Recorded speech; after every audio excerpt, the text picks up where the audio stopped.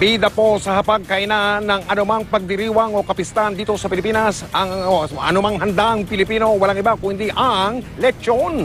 Kaya sa tinaguriang Lechon Capital ng Pilipinas, La Loma sa Quezon City, pila-pila po ang mga mamimili. At nandoon live si June Veneracion. June?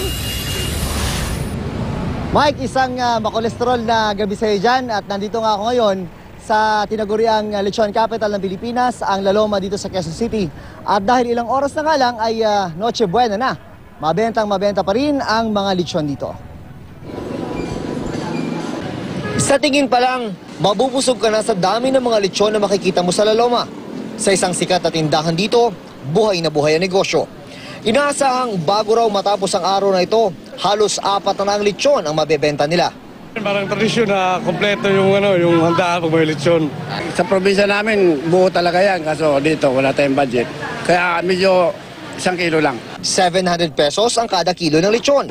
Ang buo, naglalaro sa 4,500 hanggang 11,000 pesos depende sa laki. Ang pinaka-in-demand, native na lechon. Kumpara sa kulay puti na baboy, mas masarap at mas tumatagal daw ang lutong ng balat ng native na baboy.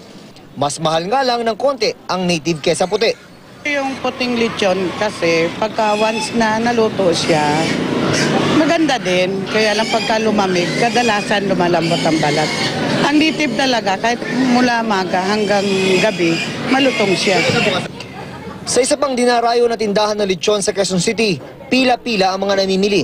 Kinailangan pang bigyan ng numero ang mga bumibili para makontrol ang dami ng tao sa loob. Ang sistema namin by numbering kami. Kailangan 20-20 lang munang papasok para hindi magulo. Sa Ilocos Norte, mabenta rin ang tingi-tinging lechong baboy sa Lawag City. Papalo ang presyo mula 380 pesos kada kilo hanggang 190 pesos naman ang kalahating kilo. Ang mga lechon na naman sa Cebu, hindi na raw tatanggap ng order dahil fully booked na sila para sa Pasko. Kaya ang mga bibili ng lechon para sa bagong taon, ngayon pa lang ay nagpareserba na.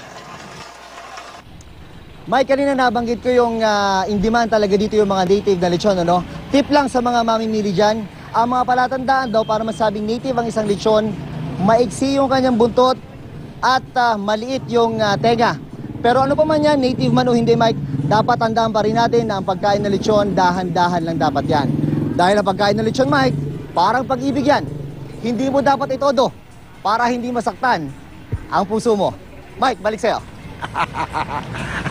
Ayos Ay, ingat kayo dyan ng tropa. Maraming salamat, John Veneracion.